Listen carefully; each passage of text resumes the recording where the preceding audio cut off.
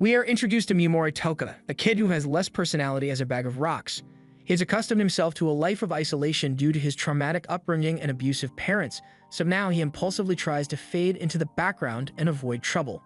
Right now, the class president, Soku, is getting bullied by the class jerk, Oyamada, who has stolen her book for no reason.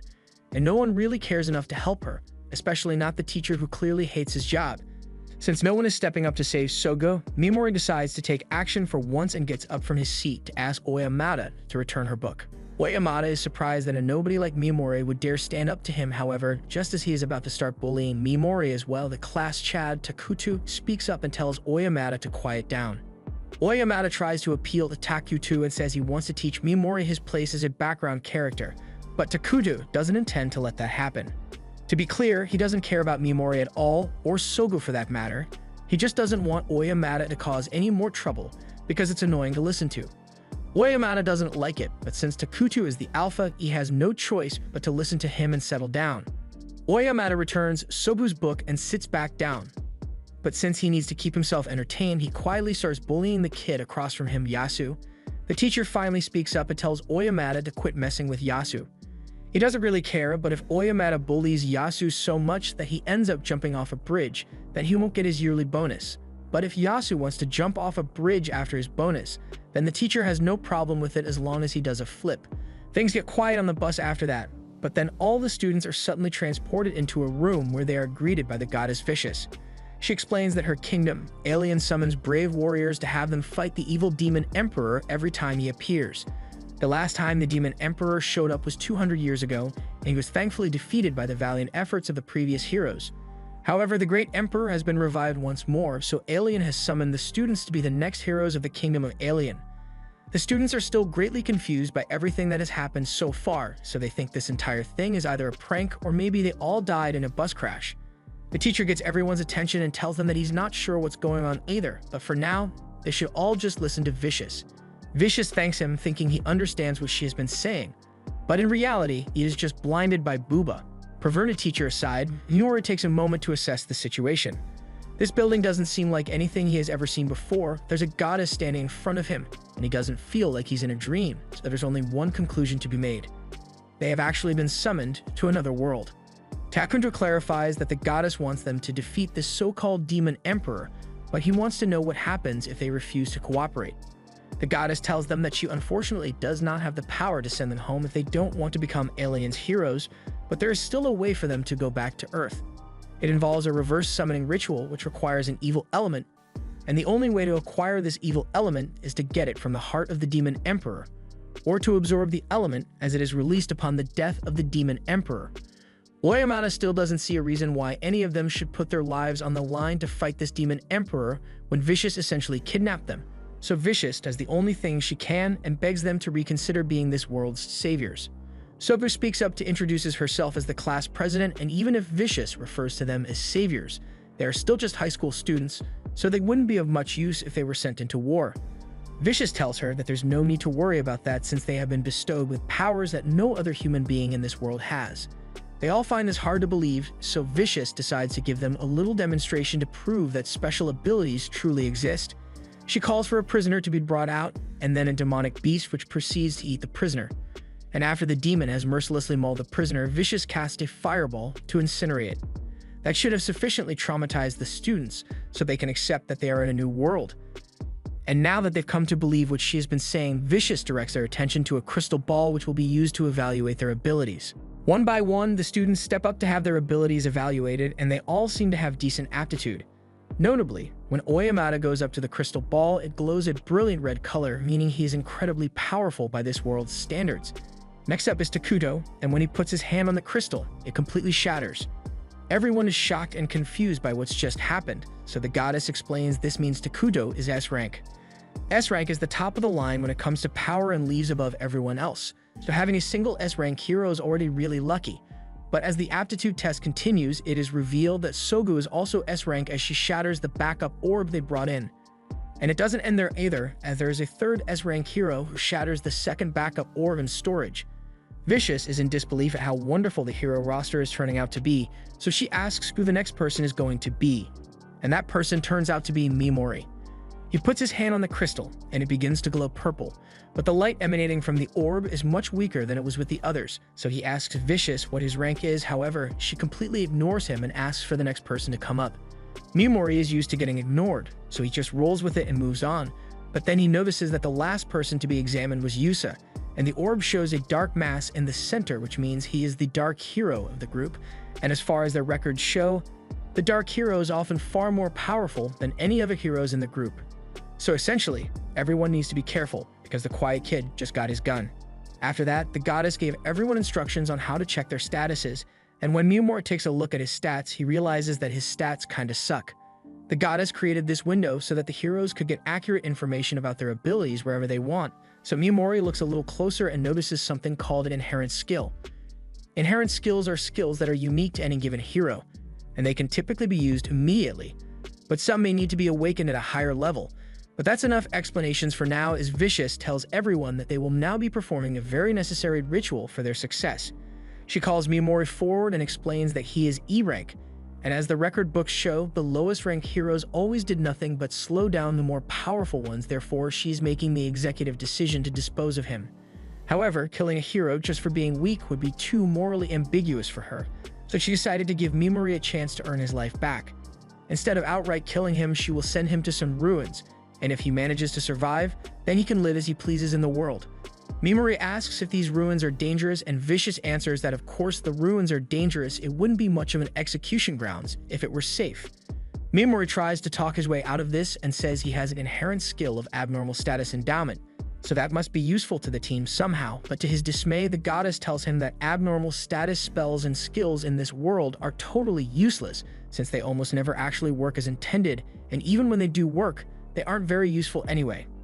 Mimori tries to appeal to the goddess's morality and says she can't just dispose of him when she is the one who summoned him here without his consent, but her name is literally Vicious, so I don't think she cares.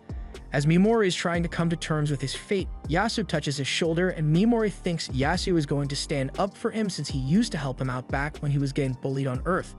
However, now that he has power, Yasu has turned into just as much of a jerk as the others, so he mocks Mimori for being weak and condemns him to his terrible fate. By now, Mimori has realized that no one cares about him being disposed of here, and all the other students just want him gone. So he stands to accept his fate as Vicious throws him a magic bag as a consolation gift. However, there's at least one person there who knows this isn't right, as Sobu steps up and asks Vicious to reconsider the disposal of Mimori. However, Vicious is dead set on disposing of Mimori, so she just knocks Sogu out so she can't complain about it. Mimori can't stand the cruelty and mockery any longer, so he attempts to use his abnormal status effect skill to paralyze the goddess, but unfortunately, as a goddess she always has an anti-abnormal status shield which she hasn't used since the Heian era. She mocks Mimori for failing his attack, and without further delay she wants everyone to witness as this loser is teleported to his doom. Just then, Takudu fires off a blast which leaves a huge hole in the wall, but as the goddess looks over to him, he clarifies that he isn't trying to save Mimori or anything. He just wanted to test out his powers and didn't realize it would do that much damage. Some of Mimori's classmates derive joy in watching him be disposed of, while others remain indifferent, and the one person who supported him was knocked out, so as he is about to be teleported, Mimori gives up on his background character act and gives Vicious the middle finger, vowing to make her regret this someday.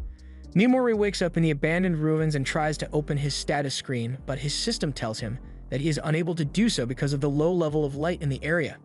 That's when he remembers the bag he got, so after pouring a little mana into it, it generates enough light for him to see again. However, as he is walking around, he stumbles across a human skeleton on the ground, and whatever killed the skeleton is still in the ruins, so Mimori is on edge now.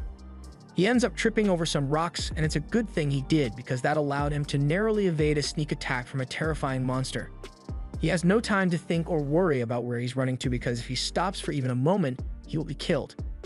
As he continues to run, Mimori ends up tripping over a rock, and as the monster closes in on him, the emotion he is feeling isn't fear, but rather frustration. Frustration at the fact that he was abandoned by all those jerks and is doomed to die because of it. He has no weapons to fight back with, and no useful skills to use since his abnormal status effects are apparently unlikely to work. However, that doesn't mean he's not going to try and use whatever he can to survive, so Mimori casts Paralyze on the monster, and to his astonishment, it actually works. He doesn't want to stick around to figure out why though, so he runs away again. As he does this, he thinks to himself that the paralysis must have been a one-time fluke, since Vicious said abnormal status effects have a low success rate. But in his haste to escape, Miyamori ends up running into another monster which looks like a cross between a chicken and a roach. Whatever it is going to kill him if he doesn't do something quickly, so Miyamori raises his hand and casts Paralyze again, fully expecting it to fail, but miraculously, it works again. Once could be a fluke, but 2 times in a row means his effect's success rate is way higher than what the goddess had claimed. It's possible that Miyamori's status effects are different from the weak ones that are native to this world, but even if he can defend himself with his spells, it will do him no good if he ends up running out of mana to use it. He only has 1 mana point left, so he uses it to cast poison on the monster, and once he does this, the monster begins to slowly die. In addition to having a high success rate, Miyamori's spells also have a really long duration, so he can just sit back and wait for the monster to die. He officially has 0 mana points left, so he doesn't know what will happen if he tries to use his status effects again. However, he doesn't get much time to recover as the first monster has caught up to him. The paralysis effect he cast earlier must have worn off, but even if he has no mana left, no one will come to save him, so Miyamori is prepared to fight for his survival. He attempts to use Paralyze on the Minotaur again, but this time the skill fails to activate, so Miyamori has to jump out of the way. He is informed by the system that he is not allowed to cast the same effect multiple times on a single target, so he comes up with a new plan and casts Sleep on the Minotaur, causing it to fall to the ground unconscious, and once the monster is out cold, Miyamori applies poison to it as well. It looks like there are no restrictions on stacking effects, but he is out of mana, so if he keeps using his skills, he will eventually burn through his stamina as well, and there are still a lot more monsters for him to deal with. Miyamori begins spamming paralysis, and eventually he has managed to stop all the monsters, but has left him on the verge of collapse.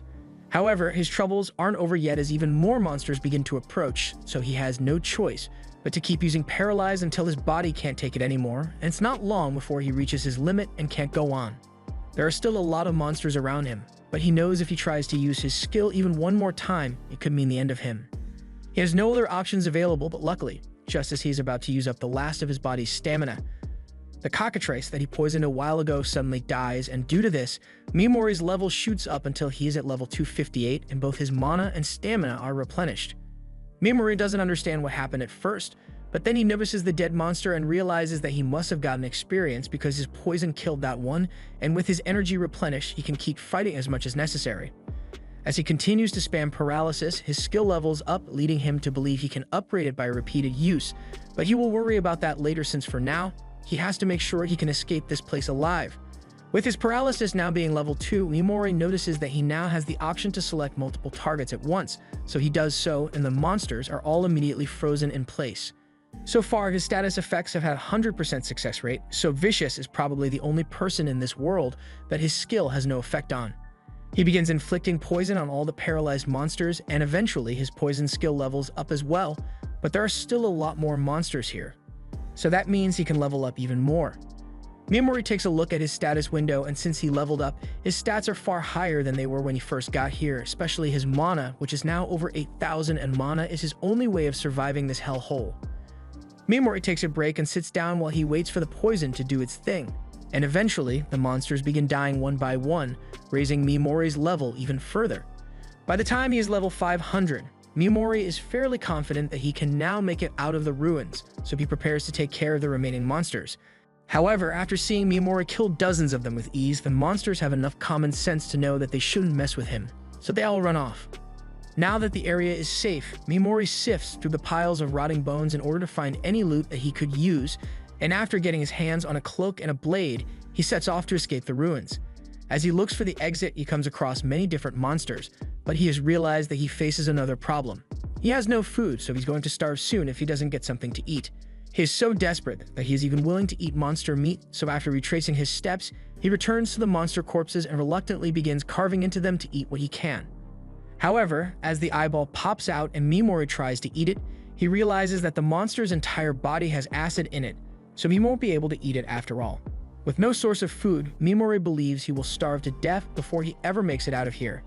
He has no energy left in his body, but then he notices the color of his magic bag changing, and since that's the only source of light he has, he frantically rushes over to supply it with more mana.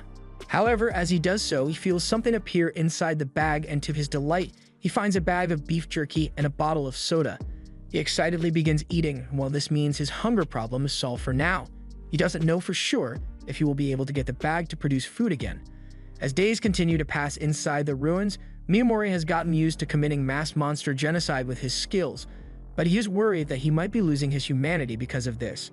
Back on Earth after suffering abuse at the hands of his stepfather, Miyamori was on the verge of having his murderous villain arc right then and there, but before he could lose his sense of humanity, he was rescued by his aunt and uncle who took him in and gave him a sense of normalcy. He learned empathy from them, and he thought he had become a normal person like them, but right now, as he is staring at the mountain of corpses beneath his feet, he feels nothing at all. There's no going back to how he was before, so Miyamori just accepts that he's a psychopath now and moves on. As he goes, he comes across another section of the ruins with a floating eyeball monster, but Miyamori just takes it out with his poison. As he moves forward, he comes across a door with a magic lock, and upon opening it, he finds a small room with 2 skeletons inside. He assumes they must have been people that were disposed of by Vicious as well, but they weren't fortunate enough to make it out alive. He searches through their things and finds a pouch full of gems, so while he feels bad about stealing from the dead, the gems could be valuable and he could use them once he gets out of here, so he no longer feels bad about it. He goes through the other rooms nearby as well, and eventually he comes across one that takes a large amount of mana to open. But once he finally unlocks it, he finds a skeleton sitting with a note next to it. The note says that the skeleton was once a man known as Anglin the Great Sage, and he was the former hero of darkness. The same one Vicious had mentioned was the strongest of them all.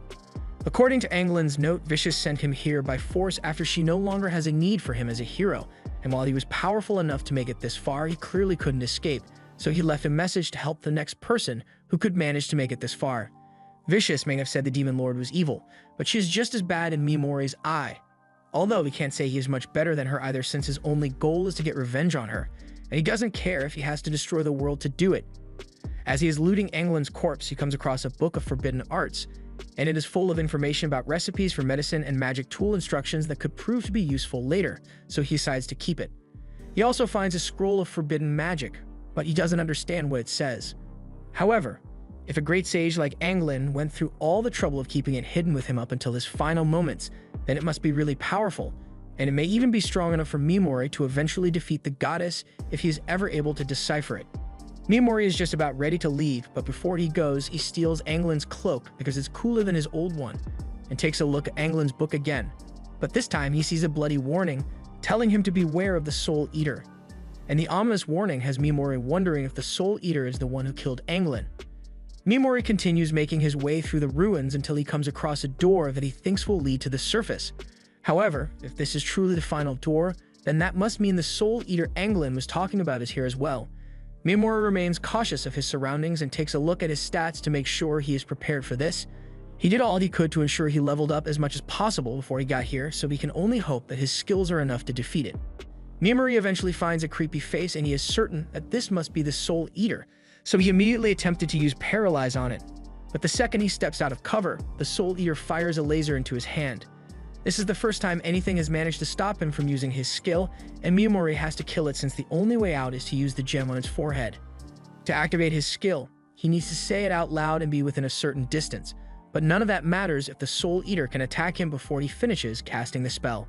While Miyamori is still thinking about what to do, the Soul Eater breaks out of the wall to go after him, so he really has no choice but to fight now.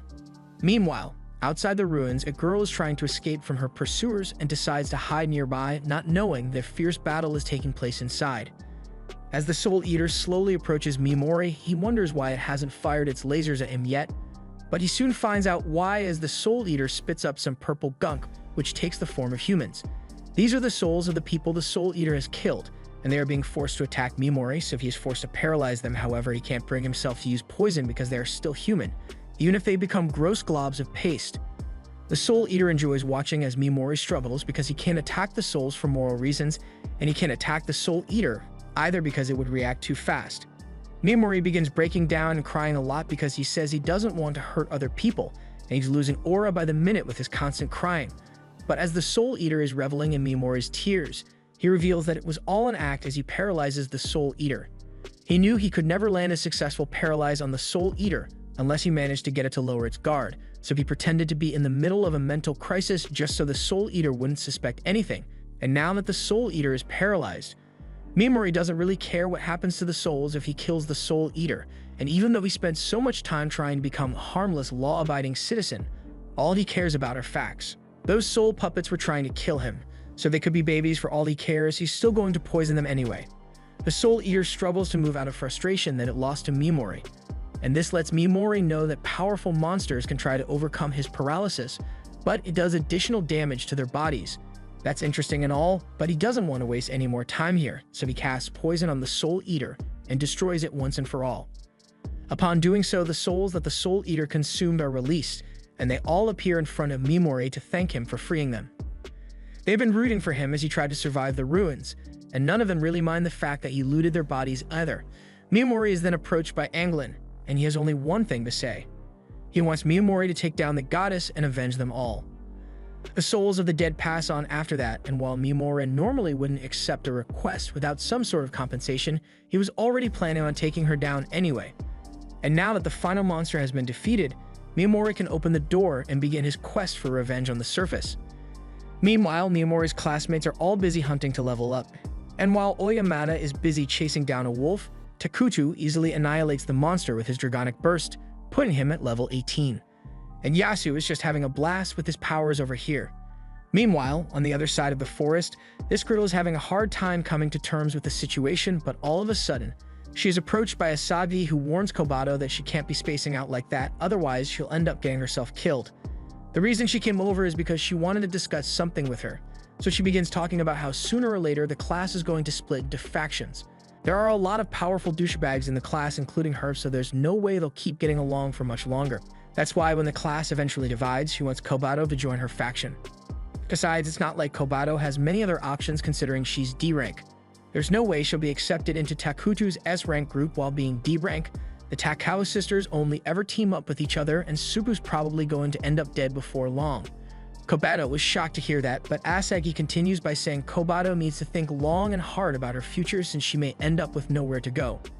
And while Asagi probably won't need her help much since she's B rank, she happens to be an Oppai enthusiast, and she's particularly fond of Kobato for that reason. Now that Kobato is on board with joining the group, Asagi calls for the other girls to bring over the monster they captured. She knows Kobato hasn't been able to complete the assignment the goddess gave them, so she prepared things to make it easier for her. Now all she needs to do is kill the defenseless monster, and Asagi urges her to do it unless she wants to end up getting disposed of like Mimori. Kobato doesn't want to do it, but she knows she has no choice, so she sucks up her morals and slays the monster. Asagi praises Kobato for doing a good job and says she is officially part of the group, but Kobato is still struggling to accept what she just did. Elsewhere, Sogu has just woken up from her coma, and the pain in her stomach reminds her of what must have happened to Mimori after the goddess gut punched her, and she feels really guilty for not being able to stop it. Sogu goes on to complain to Vicious, and Vicious is really trying to play the part of a caring goddess with all the fake tears, but she says the disposal of the weak is the policy of the Alien Kingdom, so there's nothing she can do about it. Vicious also informs Sogu that she doesn't have much time to wallow in sadness over it either, since while she was knocked out, her classmates headed out to the forest to see if they were able to kill monsters or not, and many of them ended up failing the requirements of the test, thus were disposed of. Sogu asks if Vicious intends to kill off any heroes who she deems to be weak, but Vicious claims it's Allian's policy, so it's not her fault even though she's a literal goddess.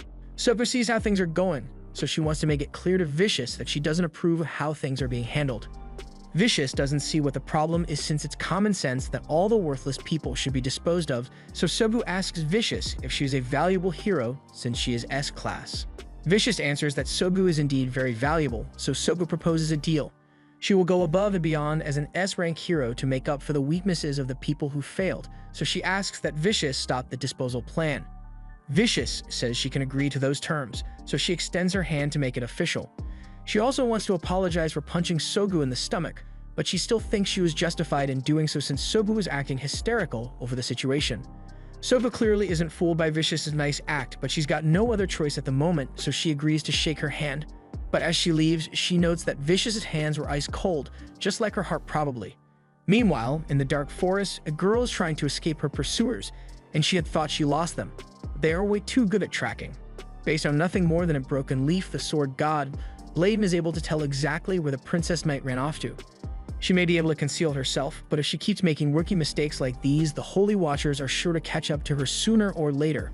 At the same time, Miyamori is just about to head out into the forest in hopes of finding a city, but before he does, he checks his stats one last time and notes that only his mana is exceptionally high at 50,000, while the rest of his stats hover around 5k. But he already knew that, so he really wants to confirm the new abilities he got with his skills leveling up. He is now able to dispel paralyze and poison at will or partially dispel it just to avoid killing his target immediately. That's going to be pretty useful when it comes to extracting information, so he decides to test it out on the next monster he encounters.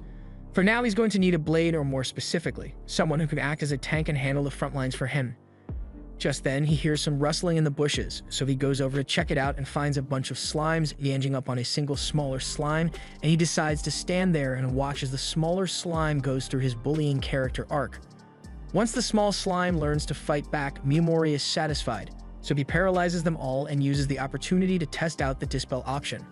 He dispels the paralysis on the bully slimes first to get them to leave, and once they are gone, he tells the smaller slime that it doesn't need to worry since he has no intention of killing it. He's about to let it go as well, but before that, he wants to apologize for not helping sooner. He enjoyed seeing the little guy stand up for himself, so he tells the slime that it did well, and after releasing it, he heads off on his way. The slime doesn't really know what to do now since it doesn't have any slime friends to go back to, so it decides to follow Miyamori instead. Miyamori eventually notices that he is being followed, but he doesn't mind since he could use the company. Meanwhile, the Princess Knight is currently exhausted from all the running she has had to do, but even with the distance she has covered, she can still sense the presence of the Holy Watchers nearby. So they must just be waiting for her to tire out so they can capture her. Miyamori and the slime have bonded a little, so Slime is now sitting in the back of Miyamori's jacket to keep watch while he takes a look at the spellbook. After flipping through some pages, Miyamori finds the forbidden art he was looking for, and it's one that's meant to strengthen monsters. There are even instructions on how to strengthen slimes in particular, so this will come in handy for Miyamori, but he understands why it's classified as a forbidden art since these could cause a lot of chaos in the wrong hands. Before he does anything else, Miyamori talks to the slime and tells it that he is on a quest for revenge, so if the slime isn't okay with that, this is his last chance to back out. The slime says he wants to stick by Miyamori's side, so Miyamori names it Pigimaru and prepares to continue with his journey. The fleeing Princess Knight can sense that the Holy Watchers are closing in on her, so while she hopes she wouldn't have to use it, she is forced to activate her spirit contract.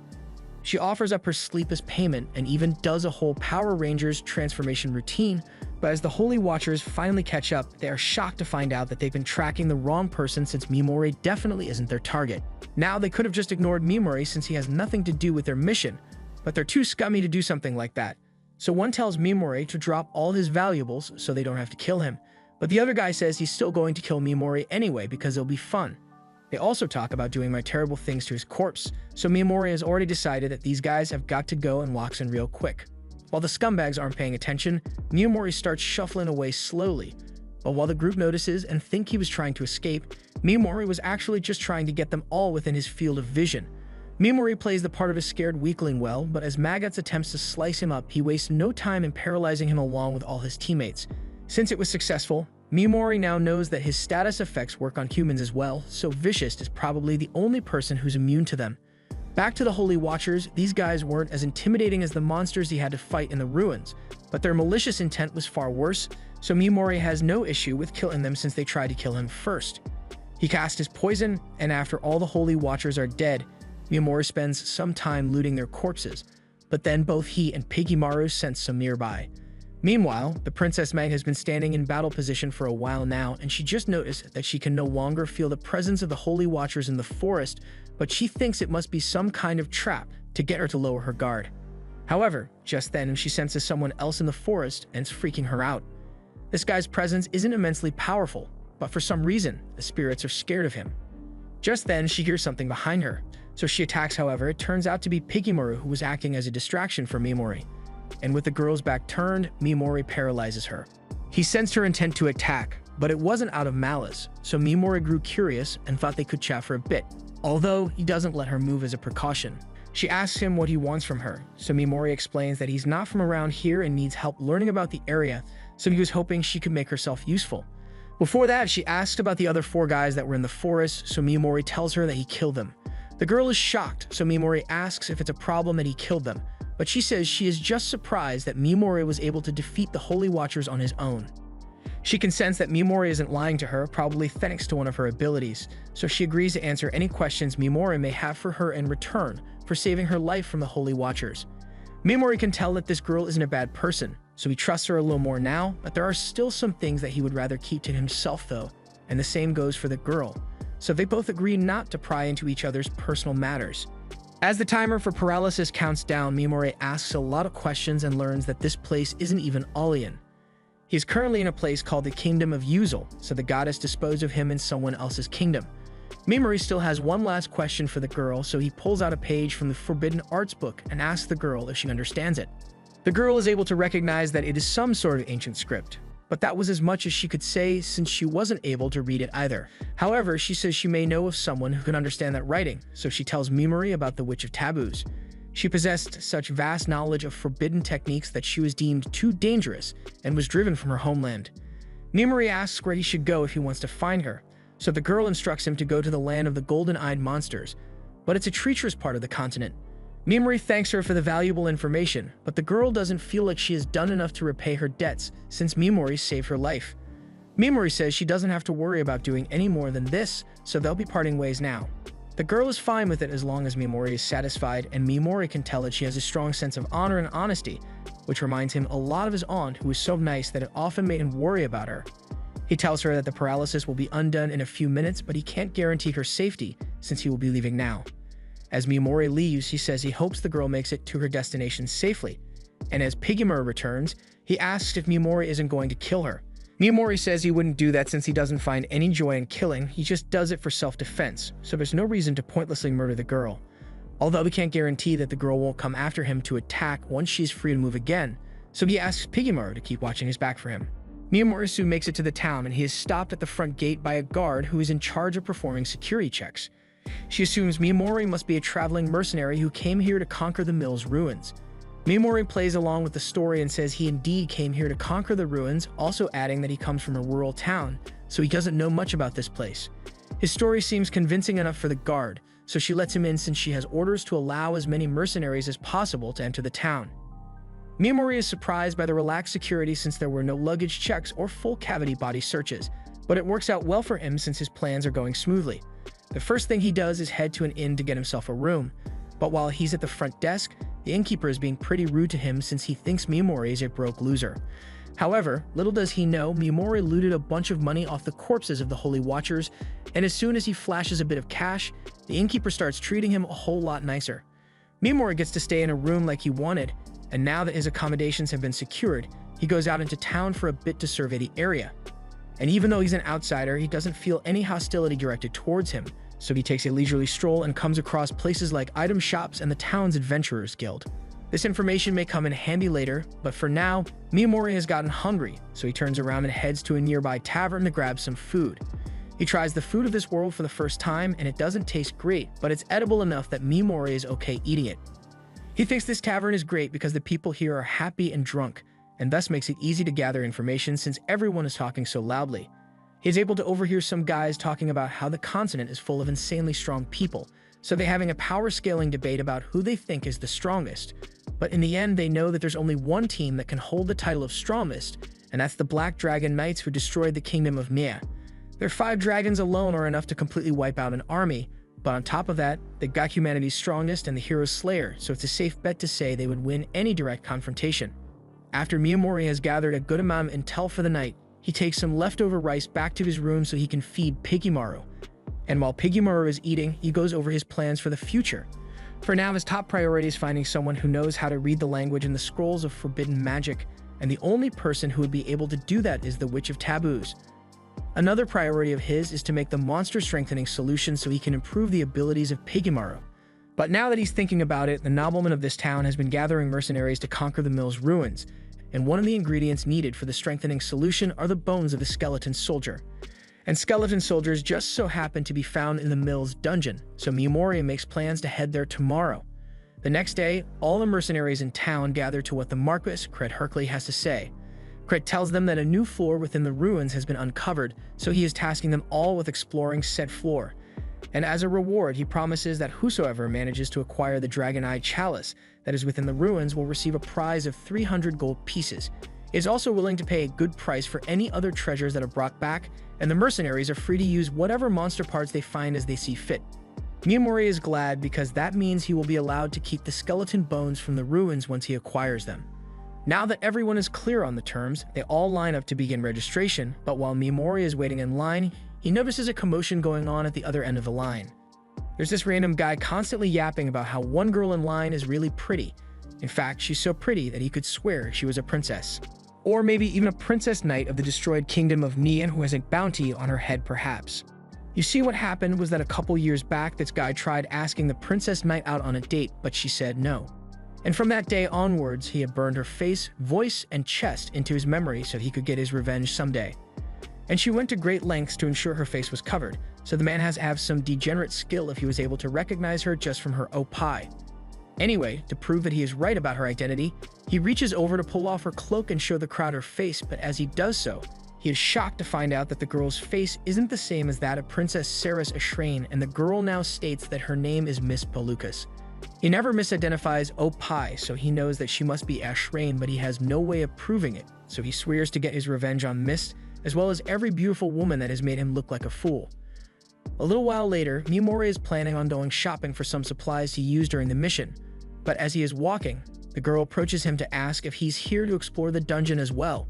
Miyamori recognizes her and feels sympathetic that she has to deal with so many people trying to reveal her identity, but she says it's not that much of a problem since she disguised her face ahead of time. Still, Miyamori suggests she be careful about guys like that because even if he doesn't know her real identity for now, he seems like he's petty enough to try attacking her just because she made him look like a fool in front of everyone. But that said, Miyamori tells her that he has a request he would like to make, so he explains that he has no idea about the value of the items in this town, so he would like her to help him negotiate so that he doesn't get swindled. And of course, he isn't asking her to do this for free as he promises to compensate her for her assistance if she accepts. She decides to accept his offer since she's pretty much broke right now, so the two shake hands and she introduces herself to him as her alias, Mist, while Miyamori introduces himself under the name Hati. The two of them proceed to go shopping together, and since Mist went negotiated for him, she ultimately saves Miyamori around 3 silver coins worth in deals, so he gives that to her as her compensation. She is surprised to receive this much money just for shopping with him, but Miyamori believes it is a fair reward for the help she offered him, so she accepts the payment and is about to leave. But as she attempts to walk away, she ends up collapsing to the ground. Miyamori asks her if she is alright and she says she's okay, but she hasn't been able to sleep well for the past few days, so she's a little tired. She then turns and leaves, so Miyamori leaves things as they are and decides to head to the ruins to begin hunting for skeletons. Within the ruins, as Miyamori is descending the stairs, he hears some mercenaries scream as they run past him that there's a little ox demon down there, so Miyamori assumes it must be a miniature version of the minotaurs he had to fight in the ruins of Disposal. The ox demon charges towards him, but Miyamori quickly paralyzes and poisons it, so it wasn't much of a threat to him. He then stabs the ox demon to test whether the demon's skin is as tough as the ones in the abandoned ruins, but this one is much easier to stab. A little while later, those mercenaries that ran away earlier return with backup to defeat the ox demon, but when they find it dead, they are shocked that someone was actually capable of killing a monster like this so quickly. Miyamori heads deeper into the ruins, but despite the place crawling with monsters, he isn't feeling very threatened by any of them since they are easy to kill. He isn't getting much experience from killing the monsters either, so he decides to head a little deeper into the ruins to find some strong monsters. While walking through the halls, he happens to overhear that loser from earlier talking to a couple mercenaries, and he is asking them to go after Miss and make her regret ever being born. All because she didn't want to go on a date with him and made him look like he was wrong about her identity. So he can't let her continue to live in this world, and preferably, he wants the mercenaries to make her suffer as much as possible before killing her so he can see the twisted look of despair on her. At first, the mercenaries thought it was messed up to go this far just because someone ignored him, but money is money, so they agree to do it and start talking about how they will torture her. Miyamori overhears all of this, and since he is sure these guys are irredeemable scumbags at this point, and he's not about to let them get away with their plans to kill Mist, so he steps out to confront them. As soon as they see him, they all threaten to kill Miyamori, but Miyamori just raises his hand and paralyzes them all. He then inflicts poison on them, and it feels oddly satisfying to eliminate scumbags when he gets the chance. After the scumbags are dead, Miyamori continues his venture into the ruins, but before he heads to the next level, he decides to take a little break. 3 hours later, Miyamori wakes up from his nap and thanks Piggymaru for being a lookout in case any monsters showed up. He exits the room to head to the next floor, but before he can do that, he runs into a team of mercenaries and they tell him to be careful since there's a lot of strange stuff happening in these ruins. People have been coming across a lot of monster corpses, but it's not clear what killed the monsters since there are no clear signs of attack. It pretty much looks like the monsters fell over dead in the middle of the ruins. As the leader of the Saber Tigers party, Lily Adamantite values the lives of her teammates more than anything else. So while she would normally continue with the ruins exploration, she has made the decision to back out and head back to the surface. She even offers to let Mimori come with her. But Mimori says he wants to continue with the ruins exploration, so Lily and the rest of her team wishes him good luck with that. Mimori knows all the unexplained deaths are because of him, but it works out well in his favor since if people believe there's something strange going on in the ruins, that means fewer mercenaries will show up in the ruins. Mimori heads down deeper until he finally arrives at the room where the dragon chalice is located, and there's a giant gargoyle statue right beside it, but it's totally harmless, so there's no need to worry about it. Yeah, Mimori isn't stupid, so he casts Paralyze and Poison on the statue, and sure enough, it turns out to be a monster, and it soon ends up dying. Mimori has now officially obtained the dragon chalice, and soon after he acquires it, Mist shows up and is disappointed that she didn't manage to get here first.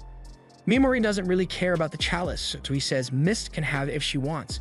She can't believe Mimori would give her something worth 300 gold coins, so she asks what he wants in return, but Mimori honestly doesn't need anything from her. Mist says she can't accept something so valuable for free, but Mimori says she should just hurry up and take it, and she should probably get some proper sleep soon, otherwise she will end up collapsing. She still doesn't feel right accepting this, so Mimori tells her that he never cared about the cup in the first place.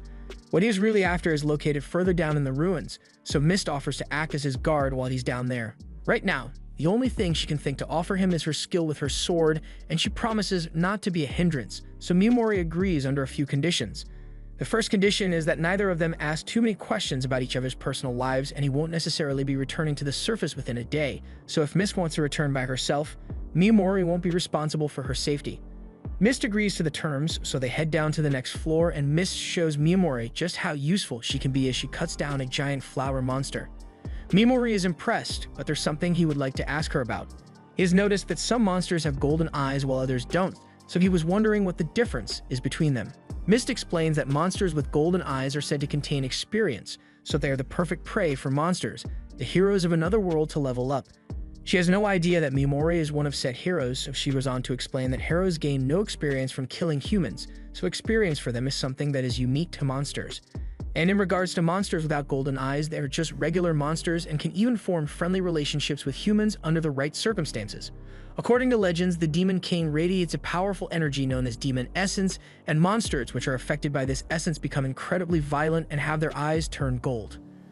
Before they go any further, Mimori suggests they take a break so Mist can get some sleep, but she says she doesn't need any sleep since she is meant to be guarding Mimori, but he eventually convinces her to lie down.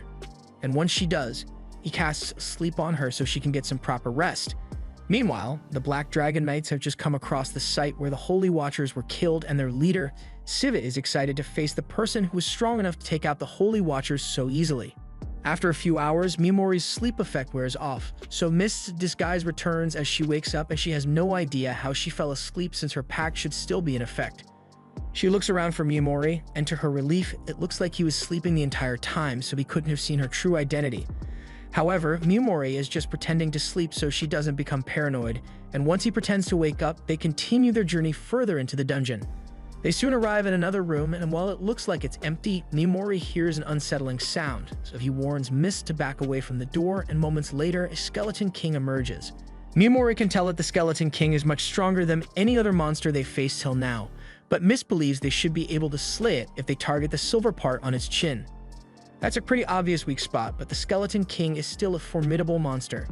It is so strong that it would take all the members of the Saber Tiger party to defeat it. The Skeleton King seems to think Mist is the biggest threat here, so she's likely going to get targeted first. She needs to get ready to defend herself, so she tells Mimori that she's about to use her trump card, but she would like it to remain a secret for as long as possible, so she asks him to keep it between them. Mist also apologizes in advance because if the monster exceeds her expectations, then she may not be able to defend Mimori as she had promised earlier. Mimori agrees that the Skeleton King is strong and fighting it would probably be rather troublesome, so he decides to use his ability and paralyze the monster. Mist is shocked when the monster freezes in place, and even more so when Mimori poisons it and defeats the monster in world record time.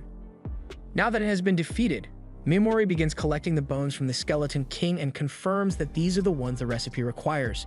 He says they can head back to the surface now, but he can tell that Mist has dozens of questions to ask him, so he says he will give her some answers as long as the questions aren't too invasive.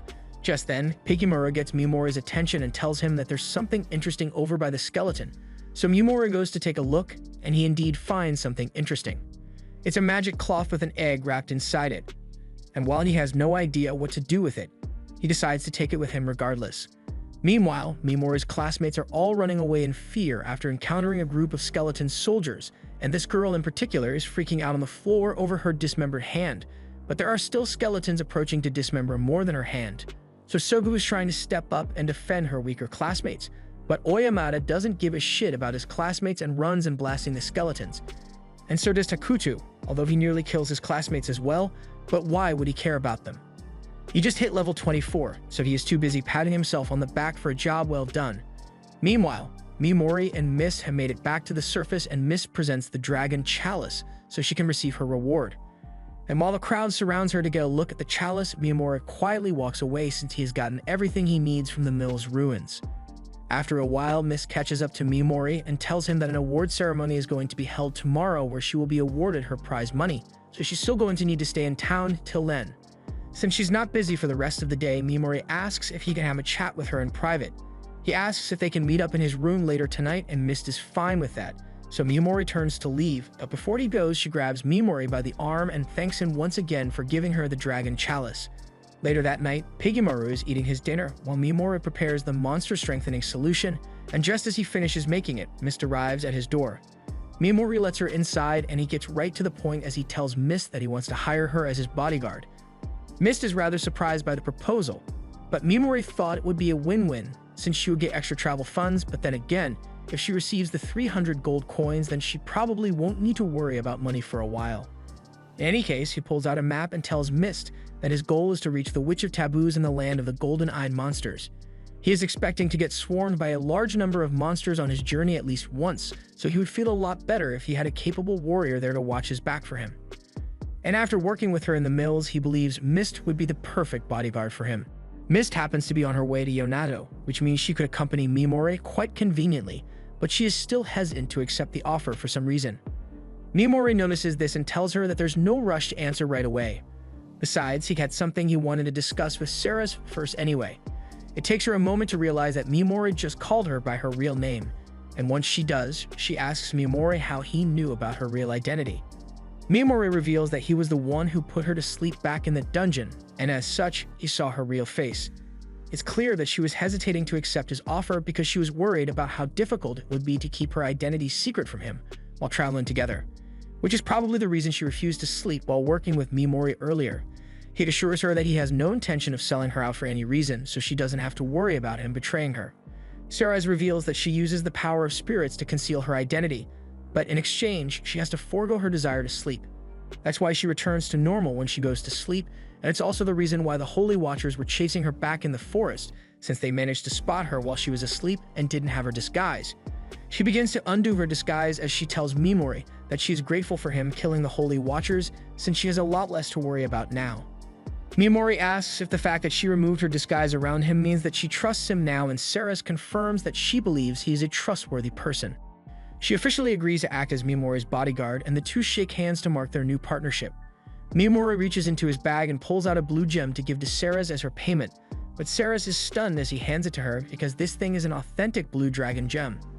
Mimori doesn't know what the big deal is since it's just one of the gems he looted in the abandoned ruins, so Ceres explains that gems like this are incredibly rare and are even worth way more than the dragon chalice. Mimori doesn't really care that the gem is valuable, so he tells Ceres she can still keep the gem anyway. Ceres doesn't want to accept it because it is worth way too much, but Mimori has a whole bag full of them, so he insists that she keep the gem. Ceres finally relents and agrees to accept the gem as payment, but before they go their separate ways for today, Mimori says they should still call each other by their aliases to protect their identities when they are out in public. Ceres agrees to this, and since they will be working together for a while, she thinks she should inform Mimori of the reason why she is on the run. However, Mimori tells her he doesn't need to know as he has no interest in prying into her past unnecessarily, nor does he want her to feel pressure into telling him anything. The next day, Mimori and Ceres are having breakfast together, and Mimori takes the opportunity to ask her if she happens to know anything about forbidden magic.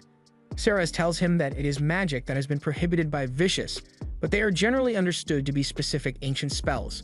The only reason the spells are forbidden is because Vicious said so and the people don't like questioning her. If Vicious went through the trouble to personally outlaw the forbidden spells, then it is very likely that she did so because the spells could be dangerous to her. Unfortunately, Ceres doesn't have any more information on the forbidden spells, but Mimori says she has given him a good amount of info, so he's thankful. After breakfast, Ceres says she needs to go to the award ceremony so she can get her prize, so she will meet back up with Mimori in the afternoon, and after going their separate ways, Mimori decides to head into the forest and test out that monster-strengthening potion he made. Meanwhile, at the reception for Ceres, an illusionist was hired to make sure the dragon chalice was the real thing, and this wouldn't be an issue normally, but Ceres has a bad feeling about this since she's using illusion magic to hide her identity. Hours go by and Ceres still hasn't returned like she had said she would, so Mimori is starting to get rather worried. Meanwhile, Vicious is having a meeting with Sogu over the recent ruin expedition to the ruins that the class took, and Sogu asks if Vicious can take care of Sakura, since she got her hand cut off. Vicious agrees to heal the girl, but she makes it clear that she's only doing it because Sakura is B rank. Otherwise, if she were something like D rank, then health insurance wouldn't be available for her. By the way, Vicious asks Sogu if she has considered joining Takuju's team, but Sogu can't imagine herself getting along with Takuju when he cares so little about the lives around him. Vicious calls Sogu's decision selfish, so Sogu starts trying to explain herself, but Vicious tells her she isn't obligated to justify herself, although she wants to know if Sogu is still committed to saving this world since she isn't putting in as much effort as an S-rank adventurer should. Sogu asserts that she is fulfilling her duties as an S-rank in her own way, so Vicious agrees to let her do as she pleases, but she also says that Sogu will be tasked with taking care of those who couldn't pass the trials. Vicious wants her to train them, but Sogu is against the idea since the original deal was that she would fight on behalf of the weak ones. Vicious claims that a royal decree ordered her to dispose of all heroes who aren't capable of fighting. So Vicious wants Sogu to train them so they can learn to kill monsters, and of course, if Sogu refuses, Vicious will immediately dispose of her weak classmates, so Sogu doesn't really have much of a choice here. She is forced to agree to Vicious's terms, and as she is leaving, Vicious points out that if any of her classmates become a hindrance to her, she may have to deal with them herself, but of course it's not like she wants to get rid of them or anything. Back to Mimori, more time has passed and Ceres still isn't back yet, so either she ditched him or something happened to her. And considering how honest she has been thus far, the only possibility is that she got abducted. She has no reason to even want to lie to Mimori in the first place because we gain nothing from doing so. As Mimori is on his way to go looking for Ceres, he hears two guys talking about how Ceres' identity was revealed during the banquet, and she was forced to flee into the forest to escape, but Mills is organizing a hunting party to go after her. And this hunting party consists of the Black Dragon Knights. As the knights chase after Ceres, she attempts to transform using her spirit regalia, but her spirit of light got disoriented when her disguise was destroyed, so she won't be able to transform for now and has to fight in base form. She manages to take out a couple of the lower-ranked knights, but it was really difficult for her, so she fears what might happen if one of the higher-ranking members were to attack her now. Just then, she notices an arrow being fired at her from behind, but she can tell that it is just a distraction, so she quickly rushes to face her real opponent, the Dragon Knight's vice-captain. He is a much tougher foe than the rest of them, so she struggles to defend herself and she unfortunately loses her footing, so the vice-captain disarms her as she falls to the ground and gets on top of her. He is about to do unspeakable things, but before he actually does anything, Mimori arrives and paralyzes him. Ceres is shocked to see Mimori here, but she knows she is safe now, so she climbs out from under the vice-captain and Mimori gives him a non-lethal dose of poison for good measure. Ceres asks Mimori why he came looking for her, but before their conversation goes any further, Mimori puts the vice-captain to sleep so he can't overhear them. Ceres warns Mimori that if he stays with her, then he will be pursued by the Black Dragon Knights as well, so she's willing to return the gem he gave her and nullify their contract so that she doesn't cause him any trouble.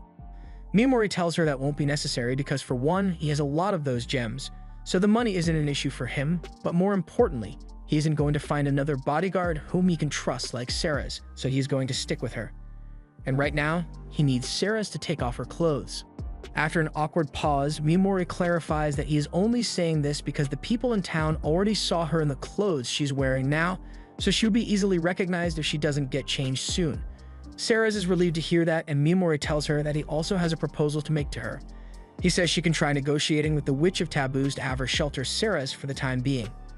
No one has ever managed to figure out where the witch lives yet, so it should be a safe place for Ceres to hide. And Mimori is heading there anyway, so he and Ceres can keep their original agreement for her to be his bodyguard. Ceres is grateful that Mimori is looking out for her, but she wonders why he is going so far to help her when they barely know one another. It may seem strange to her, but he explains that Ceres reminds him of someone very precious to him. So if he were to abandon her here, it would feel like he had abandoned his aunt, and he can't do that.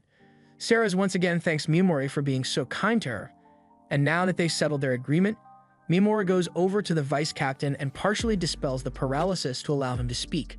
The vice captain immediately begins threatening Mimori for daring to oppose a member of the Dragon Knights, but Mimori isn't fazed and gives him an ultimatum. He can tell him what the Dragon Knights are planning, and if he does, Mimori will show mercy to him. Otherwise, he's going to die a slow and painful death. The man tries to act cool and confident, but he ultimately agrees to tell Mimori and Ceres what they want to know, but before he can spill the beans, his brains get spilled all over the floor by a sword from the sky. Mimori and Ceres turn around to get a look at the attacker, and to his horror, not only is the attacker out of range, but it's actually Sivit. He has many names across this world, but he is most commonly referred to by the title of humanity's strongest. Stivit and his 5 dragon riders are all here, aside from the one whose brains are all over the floor though. Orban asks Sivit if it was really necessary to kill him, but Sivit doesn't really care about casualties as long as the mission is complete. They were ordered to do this by Ortola, and that name seems to be familiar to Ceres, so she's frozen in shock. At the same time, Ortola is lying in his bed and agonizing over the thought of what he has done. He never wanted to hurt Ceres because he loved her like a daughter, and more specifically, like a stepdaughter, because he explicitly states that seeing her always had him focused and stiff. He does not regret letting her escape, rather what he regrets is the fact that some other man could be having romantic relations with her. So he decided that the best course of action here was to kill her instead. Ceres can't believe Ortola would do something like that, but it's the truth. In fact, that's what Gizun was going to tell her. But since Sivit thought he was being a hindrance, he threw his sword and killed him. Although if Gizun had managed to dodge it somehow, then Sivit would have let him live. But even if Gizun had been paralyzed by Mimori, there was no way he could have dodged an attack like that. The Dragon Riders ask what they should do with Ceres now, and according to the orders Ortola gave him, he wants Ceres to be killed and her dead body to be brought back to him intact, at which point necrophilia is on the table for him. Ceres still can't believe that Ortola would order something like this, but Sivit tells her that he is willing to give her the chance to earn her life back. He is obsessed with finding strong opponents, so if Ceres can beat him in a duel, then he will let her go free. He has been eager to test out the famous spirit regalia of hers, which is why he was so motivated to catch up to her. But right now, he's a lot more interested in Mimori than in Ceres. Mimori is sweating bullets because he is at risk of being killed at any moment, and Sivit and his team are all still slightly out of range for his ability, so his options for a counterattack are limited. But even with this dire situation, Mimori still has a smile on his face as he takes a gamble. He asks Sivit if he can talk with him as he slowly makes his way forward, but Sivit asks him to identify himself first.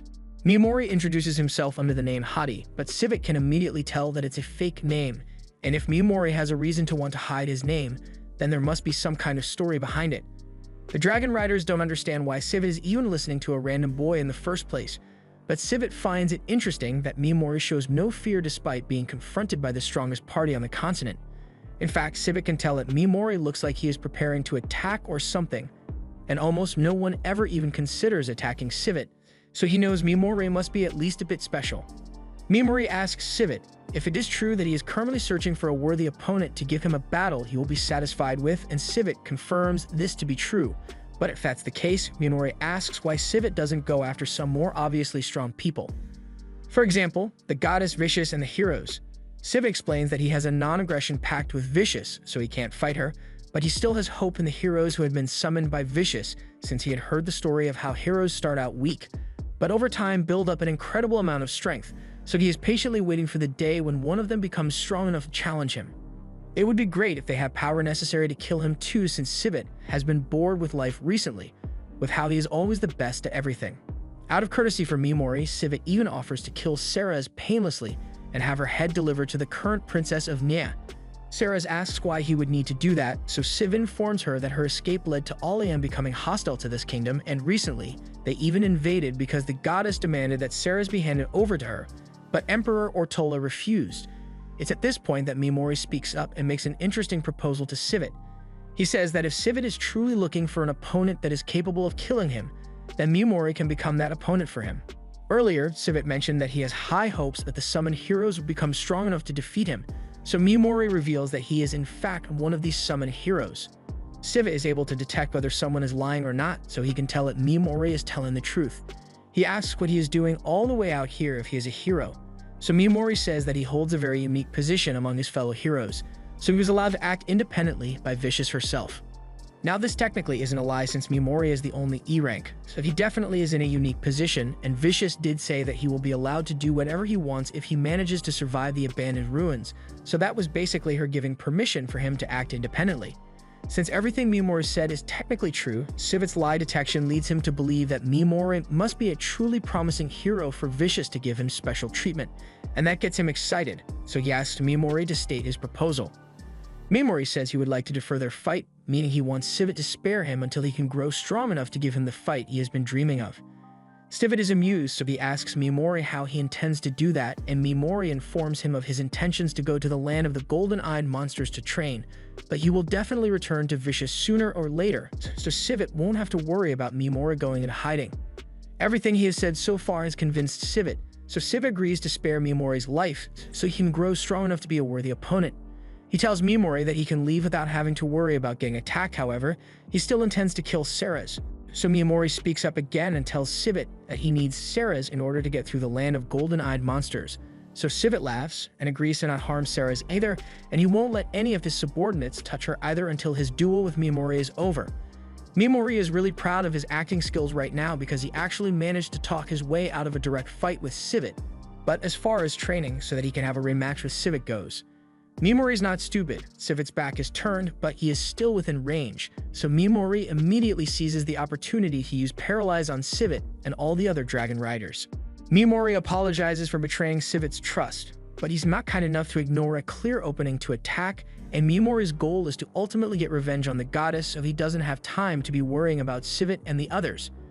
Sivit is enraged that he was betrayed, and his title of humanity's strongest isn't for nothing as he is managing to move even though he is under paralysis and poison, but he ultimately isn't able to overcome it.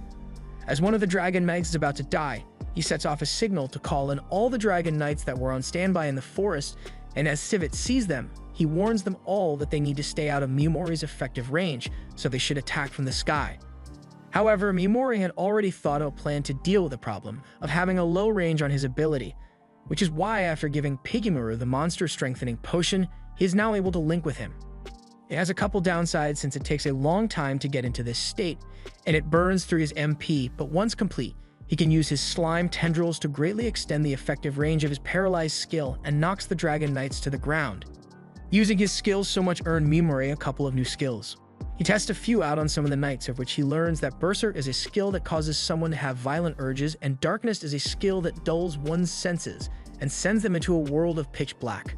Before long, all the remaining Dragon Knights have been killed, and the only one left alive is Sivit, who is still trying to fight off the effects, but he too dies shortly thereafter. Following this, Mimori thanks Ceres for staying by his side and guarding him while he was fighting the Dragon Knights, but she tells him not to mention it because it is the least she could do as his bodyguard. However, there's another threat Ceres wants to warn Mimori of. She tells him about someone called the Hero Slayer, who is an aggressive man who could have potentially rivaled Sivit. But as it so happens, Mimori already off-screened the Hero Slayer, so there aren't really any more immediate threats to them.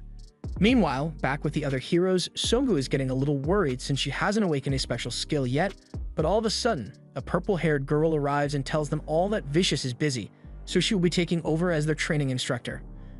Oyamata gets in her face and asks why they should listen to her in the first place, but the girl almost instantly knocks him out, so she has proven that she is strong enough to be in charge and tells everyone to get ready because they are heading back to the capital.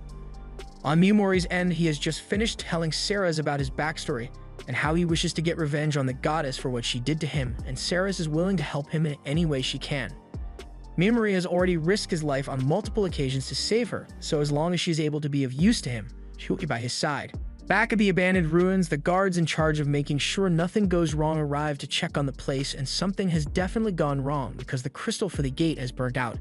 This would normally mean that someone managed to open the door from the inside and get out, so one of the guards thinks they should probably report this to Alian, but that would be too much paperwork, so the others decide it would be better to pretend nothing happened here. Besides, it's not like anyone could have actually survived the abandoned ruins and made it out alive. That would be impossible. Meanwhile, Mimori is out enjoying a festival in town, and he happens to pick up a cool-looking mask on sale. So the stall owner begins telling him about the Lord of Flies, who the mask is made to resemble. The Lord of Flies is a person who once turned an island of monsters into his fortress, making himself the master of the demons that were ostracized by evil itself. The Lord of Flies and his army were eventually wiped out, but because he was so cool, he remains popular to this day even though he was evil. Mimori decides to buy the mask and heads into a tent to try it on. He's not exactly an upstanding hero, so a mask resembling a demon would be much more fitting for him.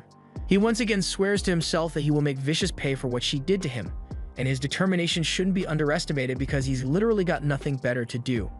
Over in the Magnar Kingdom, the news of the downfall of the 5 dragons has reached the Holy Alliance, and the King of Magnar finds it quite hard to believe that the man hailed as humanity's strongest warrior was defeated overnight. The King of Ulza tells him that he personally identified the corpses of the dragon riders, so there's no doubt that they are all dead. The King of Magnar asks if the goddess of Alian has any information on the matter, so Vicious informs him that the dragon riders were apparently chasing after Ceres when they met their demise, and while they don't know where Ceres was headed after the fight, they did find evidence of some of Ceres' torn clothes and a lot of her blood. Judging from the amount, they believe it might be possible that she was confronted with the Black Dragon Knights and killed them all, but was gravely wounded in the process and blowed to death somewhere else. The Black Knights were humanity's best hope against the Great Demon Empire, so losing them is a huge blow to the strength of the Holy Alliance, so the heroes from another world are even more valuable than they were before. The Emperor of Mira, Falk, thinks it's funny how every time Great Eagle comes, Alian always seems to benefit in some way. Vicious keeps her polite tone and asks Falk what he's trying to insinuate with his statement, but Falk is serious. Every time something bad happens, they are forced to rely on Alian and its heroes, so it's pretty convenient for Vicious. Vicious says they are all equally affected by the Dark Lord's essence, so she's on the same side as them. But she's being very passive-aggressive towards Falk, so he decides to stop talking before things go too far. There's one final thing that needs to be discussed before they adjourn this meeting, so the King of Magnar asks if everyone here truly believes Ceres was capable of killing all 5 of the Black Dragon Knights. It's pretty hard to believe she was capable of doing something like that on her own, that they have no idea who could have been behind it. However, a messenger comes into the room and informs him that there is a group that is taking credit for the defeat of the Black Dragon Knights, and they call themselves the Curse Magic Users of Ashint. The next day, Mimori and Ceres are walking through town to stock up on supplies, and it doesn't look like anyone is following them, so this place might be the safest bet for their preparation. While walking, Mimori notices a huge coliseum nearby, so Ceres explains that it is a blood sport coliseum where slaves and mercenaries kill each other for the entertainment of the crowd. The fighters can earn rewards by winning their matches, and since it is run by the Duke and the Mercenary Guild, it has become a prime source of entertainment for the public. Although at first it was just a way for the Mercenary Guild to assess their fighters. Ceres and Mimori later find a good inn to stay at, and since they need to conserve funds, Ceres suggests that she and Mimori should share a room. Mimori asks if she is really okay with that since Mimori is a man and stuff might happen, but while she's embarrassed, she says she doesn't mind, so Mimori gets one room for both of them. After that, they head to the bar so they can get something to eat, and the place is pretty packed, so Mimori is able to overhear a conversation about the death of the Black Dragon Knights. From what he hears, it looks like people think Ceres died at the hands of the Dragon Knights, but then the Dragon Knights were taken out by someone else. A group called Ashint is taking credit for killing the Dragon Knights with their curse magic, and Ceres has heard about them before, so she tells Mimori that the group apparently worships the god of curses. Just then, the Ashint walk into the bar, and they are really enjoying all the clout they got from stealing credit for what Mimori did. After getting a good look at them, Mimori doesn't think they are actually that much of a threat, and he's not mad about them taking credit for what he did since it takes attention away from him. Mimori continues to eavesdrop on the conversation going on around him, but then he hears people talking about who else they think might have been strong enough to defeat the Black Dragon Knights, and eventually, the Witch of Taboos is mentioned. She's apparently a dark elf, and no one has actually seen her in a decade, but there's someone in the capital who has seen her before. Mimori approaches the table and asks if the guys can tell him a little more about this person, and at first they don't want to talk to Mimori, but when Mimori offers to pay for their drinks, they are much more willing to talk to him. They tell him that the person who met the Witch of Taboos is the strongest fighter in the Colosseum, and if he'd like to meet her, then he's probably going to have to talk to the owner of the Colosseum. However, Mimori is in luck, because the person in question just happened to walk into the bar. Mimori goes up to her, introduces himself, but Eve immediately knows he wants something from her, so she asks him to state his business. Mimori gets to the point and tells her that he would like to meet the Witch of Taboos. Eve admits that she has ventured into the land of the golden-eyed monsters before, but she denies ever having met the witch. But thanks to Ceres' spirits, she is able to tell that Eve is lying when she says never met the witch before. Eve asks Mimori why he wants to see the Witch of Taboos, so Mimori says he is just going out of curiosity, so Eve advises him to stay out of the land of the golden eye monster, since to be frank, he doesn't think Mimori is strong enough to survive up to 3 days there. She tells Mimori that she'd value his life a little more, but it's a bit hypocritical coming from her since she routinely risks her life on stage. Later, Mimori is informed by Ceres that Eve was lying, so they can guarantee that she actually knows of the whereabouts of the witch. As he returns to his hotel room, Mimori realizes that he forgot to bring some food back for Pikimura to eat, so he decides to pull out a snack he had with him when he first arrived in this world. He also gives some to Ceres, and she has never had anything like it before, but as soon as she puts it in her mouth, she is delighted by the wonderful taste. She asks him if it is a common snack from his world, and Mimori says it is, but he unfortunately can't make any more of it. For now, they need to decide what their next move is going to be, and the first thing on the agenda is finding out the location of the witch from Eve. He needs to find a way to get her to tell him, but what would be more important to her than her life? Typically, it would be money since she buys her freedom if she has enough funds, although it would require a large sum of money. That same night, we see Eve visiting a little dark elf girl, and she promises her that she will do her best to get her out of here. Back in Mimori's room, Ceres is practicing with her spirit regalia, and it may just look like some armor with no visible boost aside from looking cool, but I'm sure it will come in handy at some point. Once Ceres is done training, Mimori asks her if she can give him some pointers on how to handle close combat since he has been relying on his skill a little too much lately, so he wants to be prepared if he is ever unable to use it. Ceres understands, so she decides to train him the same way she would train one of her knights back when she was still a knight captain. She takes a step back and tells Mimori to assault her, so he throws a straight punch, but Ceres easily evades it and puts him in an arm lock. Something like this doesn't require a weapon, and it can easily be honed with a few days of training, but as she says this, she realizes she is pretty close to Mimori, so she takes a step back and apologizes. Mimori says it is fine since he is the one who asked her to train with him. After a long and sweaty training session, Mimori is taking a bath and Ceres is engaging in some degenerate activity with Mimori's shirt. She realizes what she's doing is messed up even if she does have feelings for Mimori, and luckily it looks like no one was around to see her, except Mimori who was standing behind her this entire time.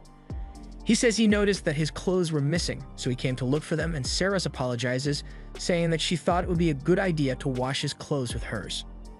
Later that night, Ceres is asleep and Mimori praises her for how kind she is. She is diligently trying to become a sword that can protect him, and she is suppressing all kinds of down bad emotions to fulfill her role to him, so he should be grateful to her. Ceres wakes up and notices that Mimori is still up, so he tells her he is just having a bit of trouble sleeping, and Ceres has a good remedy for that, so she gets out of bed and searches through her bag to retrieve some herbs. One of them helps with sleep, but the other has the opposite effect and leaves you excited and full of bedroom vigor. Of course, she doesn't intend to use it with Mimori though. Since he's going to be taking herbs, Mimori pulls out a soup cube from his bag and uses it to make 2 cups of soup for himself and Ceres. Mimori asks Ceres to have a taste before they add the herbs, and she is amazed by how good it tastes and how all that flavor was packed into a single tiny cube. Now that she has tried it, she's going to add the sleep herb to it. However, she accidentally spilled a lot more in there than she intended to. The second one has a regular amount of sleep herb in it, and Ceres offers to drink the overdose cup since it was her mistake in the first place. As she and Mimori drink it, they feel surprisingly refreshed, but they should be feeling sleepy. So Ceres goes to check which bottle she used, and it turns out she mixed up the excitement herbs and the sleep herbs. She sincerely apologizes to Mimori, but he says it's fine, he will just read his book to keep himself busy. Ceres asks him if there are any special services she can offer him since she is sure he is stiff as a board right now. But while Mimori is certainly feeling tempted, he asks her to just get some sleep. Ceres is surprised by how resistant Mimori is to temptations, but it's not like he doesn't want to, like his revenge takes priority over all else. So until he has made vicious pay, he won't be able to focus his attention on other things. In a way, it's like a curse that stops him from being happy until his goal has been achieved. However, once he is done with his revenge, he should be able to put his energy into other endeavors, so Ceres gets behind him and swears that she will do everything within her power to help Mimori get his revenge, and Mimori is thankful for her help. The next day, they head over to the Bloodsport Coliseum and Ceres returns to Mimori after asking around about Eve. She is pretty famous around here and she was sold to the Coliseum as a slave. But from the very first day she got here, she was a hit with the fans and she hasn't lost a single match yet in her 3 years of fighting. Tomorrow is apparently her final fight, meaning she has already earned enough money to buy her own freedom, so trying to negotiate with her using money won't be an option anymore. Additionally, Ceres learned that Eve had already saved up enough money to buy her freedom 2 years ago, and she's now trying to buy the freedom of a small elf girl as well. There's also something Ceres is worried about because all previous Coliseum champions have all died during their final match, so it looks like there's some foul play at hand as there are rumors that the Duke is arranging to put fighters at a disadvantage during their final fights. But Mimori smiles because this may be just what they need to get Eve to trust them. Eve is the undefeated champion, and she's really popular, so there's no doubt that the Coliseum management team would try to kill Eve off for the publicity it would create. Ceres assumes Mimori intends to stop this from happening at the main event tomorrow, but Mimori doesn't see a reason to wait till tomorrow to save Eve when he can just get it done today. Later that day, Mimori corners Eve in a dark alleyway and says he needs to talk with her. Eve tries to dismiss Mimori and tells him she doesn't know where to find the Witch of Taboos, but Mimori already knows that she's lying. He asks if Eve is trying to keep the witch's location hidden because she is indebted to the witch, but Eve denies it. However, Ceres is there as well, and she immediately calls Eve out for lying again. Eve is starting to get suspicious of Mimori's intentions, so she's about to draw her sword, but Mimori stops her by saying he just wants to help save Eve. She asks him what he intends to save her from, so Mimori explains that the Duke running the Coliseum is going to use all sorts of dirty tricks to make sure she goes down in tomorrow's match. Eve still doesn't understand why Mimori would be trying to help her, but Mimori just doesn't want to let his source of information on the witch die. It would be much easier to just take the girl she's trying to help and run away before the match tomorrow. Hearing this, Eve understands that Mimori isn't a threat to her, but while she appreciates his warning, she can afford to run away from the match tomorrow. Taking the girl and running is an option, but where exactly would they run to? Unless she follows the rules and buys her and the girl's freedom, then the Duke will send mercenaries to hunt her down or put a bounty on her head. Maybe she could handle life on the run if she were alone, but she has to think about the girl's safety. Mimori says he knows of a place where they could escape to and suggests that Eve and the girl go into hiding at the place where the Witch of Taboos lives. He is sure no one would be able to find Eve there, but she says it would be impossible since no one can reach the heart of the land of monsters. Mimori says they might be able to reach it if they work together, and he promises to help protect the girl to the fullest of his capabilities, but Eve doesn't think he has what it takes to follow through on that promise. She can tell that the girl with him has some amount of martial arts training, but Mimori looks like a weakling to her. Mimori admits that he doesn't have much skill when it comes to martial arts, but he is well versed in magic. He tells her that he can easily defeat a skeleton king on his own, but while it's certainly an impressive feat, Eve isn't so convinced that Mimori can handle the journey into the land of monsters. To prove that he is strong enough, Mimori tells Eve that he is the one who killed the 5 dragoons, but Eve thinks he is lying, so Mimori gives her a demonstration of the power he used to kill Civet and the others. He raises his hand and casts Paralyze on Eve, leaving her frozen in place. He warns her that she shouldn't try to move too much since it could cause damage to her body if she does. This is the power they use to defeat Civet, and just in case she still doesn't believe him, Ceres reveals her true identity, proving that the rumors of her death were false and Mimori truly saved her from Civet. This should be enough to prove Mimori's capabilities, so he releases Eve from the paralysis, and she is convinced that Mimori wasn't lying to her earlier, but her decision hasn't changed at all. Mimori sees that he's not going to be able to convince Eve, so he apologizes for disturbing her and says he hopes she finds a way to win her match tomorrow. However, if she happens to change her mind, he will be waiting at the bridge early in the morning, ready to leave town. Mimori then walks away with Ceres, but as they are leaving, he comes across a group of ancient followers of the cursed god, and they are still riding the hike they got from stealing credit for Mimori's achievement. Their fraudulent actions annoy Ceres greatly, but Mimori doesn't think there is a need to take action against them as long as they don't hurt anybody. However, as Mimori and Ceres continue walking, they spot some of the cursed god cult members hurting someone. These guys are trying to kidnap this woman for unsavory reasons, so Ceres is prepared to cut them down immediately. However, Miyamori stops her and says he will handle it himself, so he casts one of his new spells and makes the cult members go berserk and kill one another.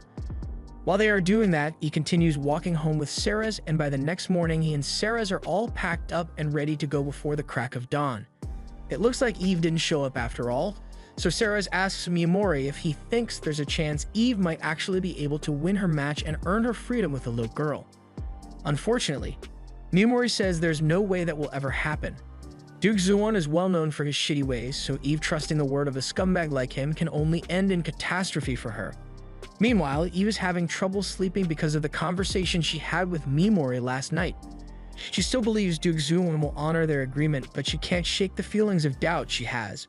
So she decides to go to the Duke's office to confirm that he will really let her go after she wins her final match. As she approaches the Duke's office, she hears him and his advisor talking about the final match tomorrow and how the spectators are going to miss Eve. But of course he plans to have her die in that match because it would be good for publicity. Eve is shocked to hear that the Duke seriously planned to betray her, but the Duke goes on to say that he has always thought of Eve as nothing more than a wild beast that became profitable. Now that she's no longer going to be useful to him, he plans to have the next champion skin her alive and wear her pelt around as a new gimmick. The advisor asks what the Duke is going to do about the dark elf girl Eve was working so hard to take care of, and he suggests that it might be a good idea to grant her freedom as a goodwill gesture since Eve kept fighting for an additional 2 years for the dark elf's sake. Duke Zuon says he was actually thinking of taking the dark elf girl in, and his advisor is surprised that the Duke is actually showing compassion for once, but the Duke didn't say no, did he? He's only planning on taking her in because he has a young elf fetish, and once he's done with her, he will just sell the girl off to the nearest brothel. Eve now knows that Miyamori was right, and there really is no chance of being freed if she trusts the Duke, so she heads to the bridge to see if she can still take Miyamori up on his deal. She soon arrives at the bridge, hoping that Miyamori and Ceres haven't left yet, and thankfully, they were still there waiting for her. Miyamori asks if this means Eve wishes to accept his offer, and Eve confirms it as everything he said about the Duke betraying her was true. She still has some terms to discuss about their journey to the land of monsters, but she intends to tell Miyamori where the witch lives. In that case, Miyamori is satisfied and the only thing left to do is to get the elf girl. Meanwhile, the elf girl is being put to work in the tavern, but the cruel owner comes in to start yelling at her for being so slow and useless. The elf girl tries to ignore it and keep working. Unfortunately, the owner smacks the girl until she falls to the floor in tears.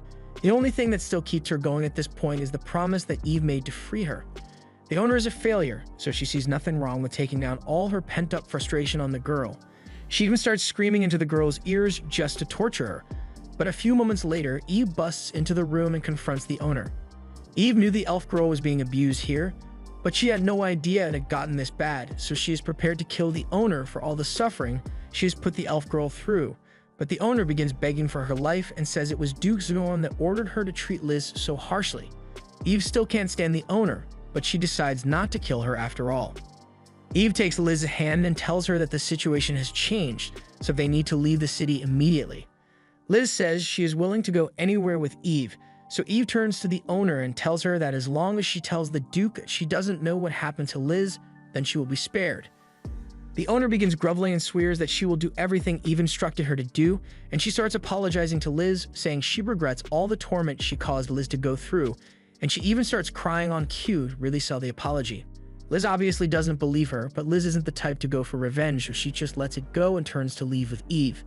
But as they are leaving, someone who is totally fine with revenge walks in. So Miyamori tells Eve and Liz to go on ahead because he has some business to take care of. Once Miyamori confronts the owner, he tells her to drop the act because he knows what kind of person she is. The woman begins acting smug and says it will be over for Miyamori and the others as soon as she tells the Duke what they've done. Unfortunately, Miyamori doesn't really care, he just wants to make sure scum like her doesn't get to see another sunrise after all the horrible things she has done to Liz. He casts paralysis and poison on her, but to avoid suspicion, he decides to make it look like a robbery and stab the woman to death. After he is done, Miyamori heads back outside and goes into the sewers to meet up with Eve and the others. Eve asks Miyamori what he did to the woman and he doesn't give a clear answer, but he says the woman won't be able to bother Liz ever again. As she said earlier, Eve will tell Miyamori where to find the Witch of Taboos, but before she does, she would like to know why he wants to meet the witch in the first place. Mimori explains that he has a forbidden scroll written in ancient text, and he heard that the Witch of Taboos might be able to read it. Eve just wants to confirm that Mimori doesn't intend to harm the witch in any way, so he assures her that he won't start anything as long as the witch doesn't attack him. Eve is glad to hear this and says there is something else she wants to discuss with him. She isn't as smart as him and can't predict people's actions like Mimori can, so she would like to swear her loyalty to him as her master. Mimori is surprised by this sudden leap in trust when she still barely knows him, but Eve has realized that she can't solely base her trust on how long she has known someone. Besides, she knows for a fact that Mimori is a good person because he could have used any number of violent tactics to force Eve to tell him where the witch lives. He even had the option of holding Liz hostage, yet he chose to save her instead. The group begins their journey, but before they can escape, the Duke has already sent out a search party to capture Eve and Liz. The Duke likely enlisted the help of the Ashint cult in the hunt, as Mimori has to come up with a strategy to beat them, so he tells Eve to take Liz and hide deep in the forest while he and Ceres handle the Ashint cult. The cult enters the forest and spots some tracks, but the leader realizes that the tracks are too obvious, so it must be some kind of trap. He yells for the person behind this to show themselves, so Ceres emerges from the forest with a mask on to confront them. The leader doesn't know who Ceres is, but he's in a good mood today, so he offers her a simple deal. As long as Ceres hands over Eve and Liz, he won't unleash the full power of the Ashint cult on her, and he claims that their power was able to take down the world's strongest human civet. In addition, he is even willing to allow Ceres to join the ranks of the Ashint cult since he can tell that she is a skilled martial artist. Surprisingly, Ceres agrees to his terms and says she will lead them to Eve and Liz, but the leader knows that no one ever switches sides that quickly, so Ceres must be trying to lead them into a trap. The fact that she is trying to lead them into the forest means she must need them to be within a certain range for some sort of attack, so he tells his men to aim their bows at her and get ready to attack. She asks why they are using bows when they claim to have powerful curses, and since he intends to kill her anyway, the leader lets her in on a little secret. The Ashint cult was formed after the Assassin's Guild was exterminated by a summoned hero, and the cult just uses assassination techniques to eliminate targets, with a little bit of added poison of course. The poison is incredibly advanced and leaves no traces, so the cult is able to pass it off as a curse to the unsuspecting masses. Furthermore, the fact that the cause of Civit's death was unknown presented the perfect opportunity for the Ashint cult to gain popularity by stealing credit for the job, and the best part is that no one can ever prove that they weren't the ones who killed Civit, so they'll never be caught. Ceres asks why they are doing all this, so the leader tells her that they plan to use Duke Zuon to carve out a central role for themselves in this nation, while also assassinating anyone who gets in their way. And speaking of people who are getting in their way, the leader asks where Ceres' allies are hiding, but she says she is the only one here to face them. The leader finds it hard to believe that she came out here intending to defeat them all by herself, but Ceres says she is confident in her ability and reveals her identity as the one who survived being hunted by Civit. It makes a lot of sense to the leader why she would be confident in her abilities, but he still doesn't believe that Ceres could have defeated Civit. He calls out one of his subordinates named Belgar and tells Ceres that this guy is the one who was meant to kill Eve in tomorrow's battle. And his younger brother Varigan is here as well, so together, these two are the strongest members of the Ashint group. Coincidentally, they also had a younger brother named Zeresh, but he was killed while chasing after Ceres, so the brothers have a personal grudge against her. Additionally, while she was distracted, the leader has already had some of the other members of the Ashint cult circle around to cut off her escape route. Now there's no chance that she will be able to escape, so the leader tells her to give up now and submit to him, otherwise she will be killed by the poison. Ceres does as she is told and kneels before the leader, but just when he thought he had won, Mimori uses his special move to extend his range and paralyze all the members of the cult. He also already took care of all the cult members that were trying to flank them, so no one is coming to save the leader. Mimori intentionally made their tracks obvious to make the leader suspicious of Ceres, and once he felt like he had all the power, he let his guard down, and that's when Mimori struck.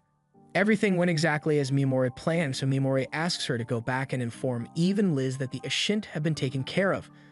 Once Ceres is gone, Mimori spots the first group in the process of retreating, so he wants to take them out and asks Piggymaru to connect with him again. Unfortunately, after all the strain he's been under, Piggymaru doesn't have the strength to transform anymore. Since Piggymaru can't help him, Eve offers to lend him her assistance in taking out the remaining bounty hunters. In the meantime, Ceres takes Liz deeper into the forest to keep her safe until the hunters have been dealt with. Mimori asks Eve if she can get an accurate estimation of the number of assailants they'll be facing, and once she's figured out their number and distance, she and Mimori wait for them to arrive. The bounty hunters soon spot Eve, and they intend to capture and drag her to the Duke's feet, but just before they can attack her, Mimori paralyzes and poisons all the soldiers present, leaving them frozen in place. Just then, the Duke and his advisor show up on horses behind Eve and Mimori, and the Duke believes he has Eve cornered, so he intends to personally kill her for having the gall to not want to die. On top of that, he will skin Eve alive and make a pair of underwear out of her hide just to be disrespectful. Mimori is sick of hearing the Duke's rambling and attempts to use Paralyze to take him down, but he is shocked when he receives an error message that says he has exceeded the number of targets for Paralyze, so he can't use that ability right now. And that means he's going to have to get creative, so he uses his darkness spell to blind the advisor, leaving him wide open for Eve to slash him in two. Mimori continues doing the same thing with the rest of the soldiers, and Eve cuts them down accordingly, but a few of the soldiers are smart enough to realize they stand no chance, so they start running away. Mimori tells Eve that she can't let any of them survive, so Eve grabs a spear and throws it to take out one of the fleeing soldiers. A couple of paralyzed slots have been freed up now that some soldiers have died, so Mimori is almost ready to finish things off. But in the meantime, Ceres is here to keep him safe. The Duke is throwing a tantrum over the fact that his soldiers aren't capable of killing a single man, and Eve thanks Mimori because she never could have gotten the opportunity to have her revenge without him. She runs out and quickly slaughters the rest of the Duke's soldiers, and now that the Duke has no men left, he yells that he will make Eve pay for this and turns to go home, but we all know Mimori wasn't going to let him leave here alive. Eve approaches the Duke, and honestly, if he had only intended to betray her, then she might have forgiven him, but for going after Liz, Eve has no mercy to give and slashes his head off. Now that everything is over, Mimori asks Ceres to take Liz and get ready to leave soon, but he has one more thing he needs to take care of. He walks over to one of the dead bodies and uses his freeze ability, and when used on a corpse, it creates a layer of ice that can be shattered to completely disintegrate the body. This way, Mimori can eliminate all traces of the Ashint from the world, and no one will ever know what happened here. A while later, the news of the Ashint cult's disappearance reaches the king, and he is in a state of panic because he had intended to use the Ashint as pawns to accomplish his goals. But now that they are gone, how is he going to explain this to the goddess? He can afford to find out what Vicious will do to him once she finds out, so he orders his men to locate the Ashint cult as soon as possible. Back with Mimori's group, Liz and Eve have both gone to sleep already, so Ceres offers to keep watch while Mimori gets some sleep as well. Mimori says he doesn't feel like sleeping anytime soon, so Ceres offers to let him rest on her lap until he feels like sleeping. And he appreciates the offer, but Ceres looks pretty tired, so if anything, he would like to offer his lap for her to sleep in. Ceres didn't think twice about taking him up on his offer, so she lays down on his lap, only to realize that Mimori might have been joking when he made the offer. It gets a little awkward after that, but since it can't possibly get any more awkward, Mimori asks if he can touch Ceres' elf ears. Ceres is caught off guard, but she allows it, so Mimori gets to feel her ears. After that's done, the two of them decide to stay up, and Ceres asks Mimori if he has any special feelings towards Eve or Liz, because he is far more gentle with them than he would be with any other people. Mimori explains that it's for the same reason that he likes Ceres so much they remind him of people whom he wants to protect. Eve reminds him of his uncle, and Liz is the same way Mimori used to be when he was younger. They were both abused by the people in charge of them, and the only difference is that Liz is still kind enough to forgive those who hurt her, while Mimori has no problem killing anyone who threatens him, and he doesn't intend to change the way he does things. He tells Ceres that she is free to leave him if she ever gets tired of the life of vengeance he leads, but Ceres doesn't intend to leave him for any reason. Mimori is happy to hear that she will support him, so he tells her that he will fulfill any one request of hers to the best of his ability. So when she has decided what she wants, she can ask him, but for now he tells her she should get some sleep. Meanwhile, over in Allium, Sugu is receiving some swordsmanship training down in the prison, and her instructor praises her because she has been improving a lot since they started training together. But she reminds Sugu that she can't tell anyone about their training sessions because Vicious is so petty that she would probably forbid Nyan from training Sogu any longer. Sogu asks Nyan why she agreed to help her train when she doesn't get anything in return, so Nyan explains that she took a liking to Sogu because she looks a lot like Nyan's sister. And before she leaves, she reminds Sogu that this world is incredibly ruthless, so she can't show any weakness if she wants to survive. The next morning, Mimori's group is preparing to set out on their journey to the land of monsters, and Mimori has bought a new dress for Liz to wear, and she absolutely loves it. Before they leave, Ceres suggests that should come up with a name for their group since they might need to identify themselves once they get to the land of monsters. She already has a name in mind and suggests that they could call themselves the Lord of Flies Warband, and everyone seems to like the name, so Mimori agrees to go with that. After a lot of off-screen traveling, the group eventually arrives in the land of monsters, and Mimori notices a giant dead tree in the distance, so Saris explains that the tree is called the corrupted tree, although it used to be a sacred tree. Eve asks Mimori to pour some magic into her hand, so he does, and Eve is able to pull up a magic map which was passed down to her people. It will allow them to locate the witch, so they begin the long trek to the witch's home. By nightfall, they set up camp and Mimori stares off into the distance while thinking about his motivations. He may be a fool to be so set on vengeance, but he still feels nothing but burning hatred towards Vicious and the others who abandoned him. And he will annihilate any monsters he comes across to gain XP and become strong enough to get his revenge. The next morning in Alien, Vicious congratulates the heroes on leveling up, but they still lack techniques as she has gone through the effort of gathering several famous figures to act as their instructors. Vicious tells them that the Demon Empire is definitely making a huge move soon, so she wants the heroes to participate in the battle against them. And to make sure they are ready by then, she plans to send the heroes to the land of the golden-eyed monsters to train. As Mimori's group makes their way through the land of monsters, Liz offers to carry the majority of the luggage because she wants to help everyone out. The others tell her she doesn't need to carry it all by herself, but since she seems really determined to help, they respect her wishes and let her carry the bags. They continue through the forest and they suddenly sense something coming, so Mimori and the others stop and take their battle stances. A monster soon appears before them, and Mimori thinks it looks pretty similar to one of the lizard monsters he had to face back in the ruins of Disposal, with the only difference being that it has a seaweed head. Regardless of its nature, their plan of attack remains the same, so Eve engages with the monster in order to keep it distracted, and once Mimori is able to get within range, he uses Paralyze and Poison to take it out. Eve asks if Mimori achieved what he wanted, and Mimori says he is satisfied because he needed to make sure his Paralyze and Poison abilities still work on the monsters here. After facing one of the monsters here personally, Mimori can say with certainty that these monsters are inferior to the ones he had to face in the ruins of Disposal. And if this is the worst this place has to offer, then getting to the witch isn't going to be a problem. Mimori begins dissecting the monster, which seems a bit odd, so Saris asks him what he's doing, and he explains that he has seen this monster in the Forbidden Book before, and parts of it can apparently be used to make a forbidden item. The item is something like a voice modulator, and Mimori thinks it could come in handy, so he wants to make one.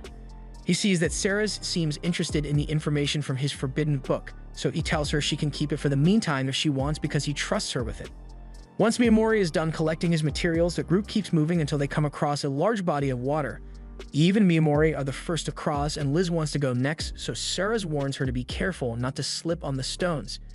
Eve thinks it would be better to just carry Liz across since she is still just a child, but Mimori thinks it's better to let Liz do things on her own from time to time.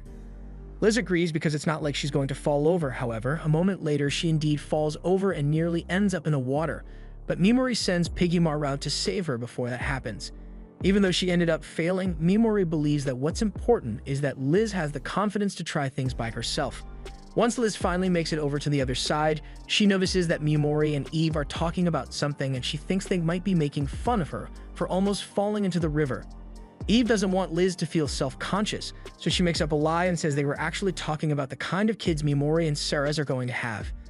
As she says this, Saris overhears her and loses focus, causing her to fall into the river.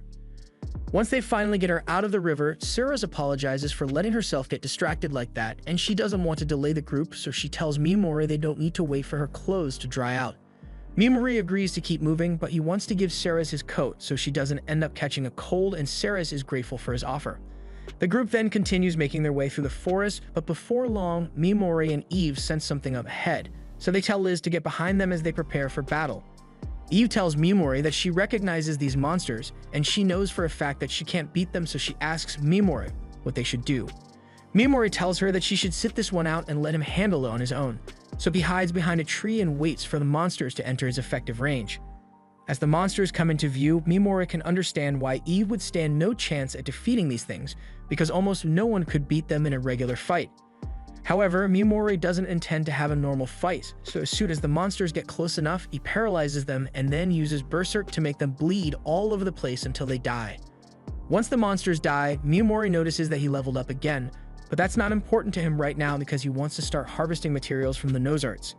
Eve looks at Mimori in disgust and asks if he intends to eat that thing, but Saris interjects and explains that Mimori doesn't intend to eat the monster.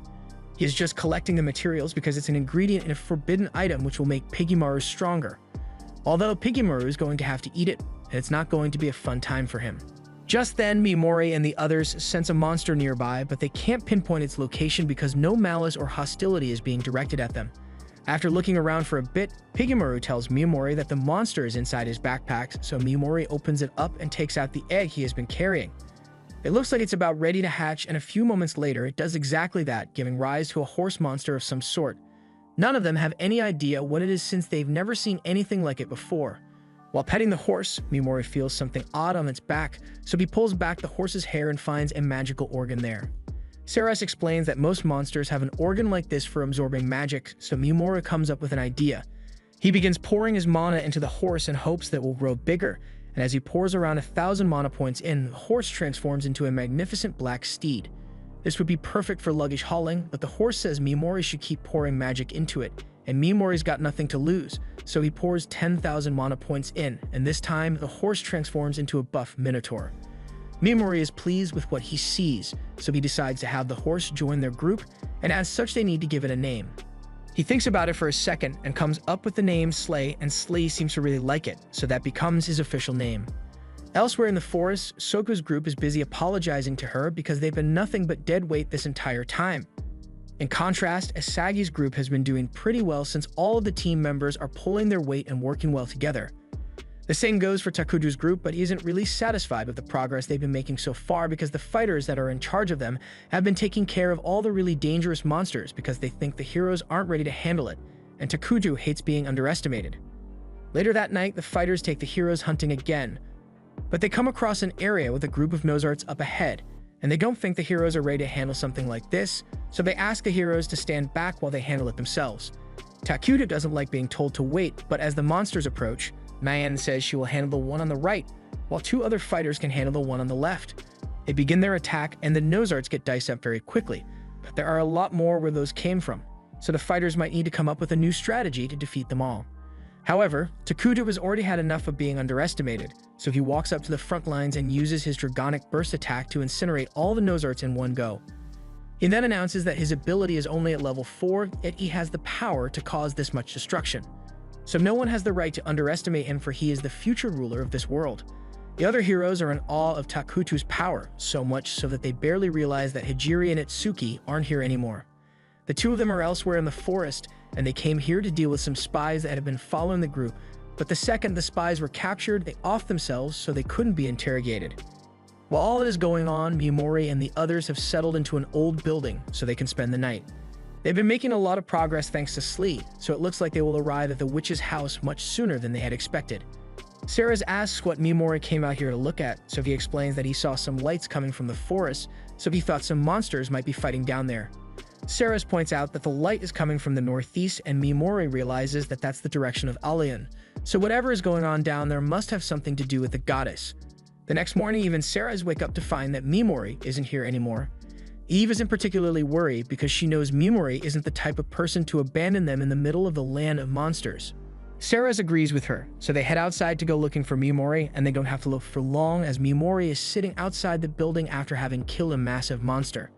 Once Mimori notices them standing behind him, he greets the two and tells them that he had sensed a monster nearby earlier, so he came out to take care of it, and now he's looking through the monster's body parts to see if there's anything useful in here. After Mimori is done, the group continues their journey, but they eventually come across a vertical cliff, and they have no way of climbing it, so they are going to have to follow the road along the cliff instead. Ceres suggests that Mimori should take a break since he hasn't gotten any proper rest in a while, but Mimori says they need to keep moving because the air is becoming humid, and he would like to get as far as possible before it starts raining. As they walk along the road, they find it odd that they haven't come across any monsters for a while now, but they just assume it must be because they are getting close to the home of the Witch of Taboos. Mimori notices that Liz looks a little upset, so he asks her if she's scared of the land of monsters. Liz tells him that this place is definitely scary, but she hasn't felt much fear since they got here. And it's all because Sarah has assured her that as long as Mimori is alive, they will never lose to any monsters here. Eventually, they make it to an opening in the cliff, and once they pass through, they'll be really close to the witch's home. Before they head through, Eve once again wants to thank Mimori for all the help he has given since there's no way they would have been able to make it this far without him. Mimori tells her there's no need to be so thankful since he mainly helped her to benefit himself anyway. Eve says she will be happy with anything as long as she and Liz are able to live a quiet life together.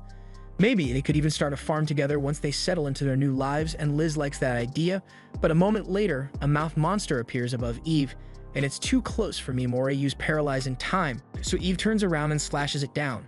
The monster is definitely dead now, but Mimori still has a bad feeling about it for some reason. His worries are confirmed when the monster lets out an ear-piercing screech and a flash of blinding light, which acts as a signal and alerts all the monsters in the area of the group's location. So now, every monster in the forest is heading straight for Mimori's group. Their chances of survival aren't looking good against this many enemies. This was the end of episode 10. Subscribe to not miss the next part.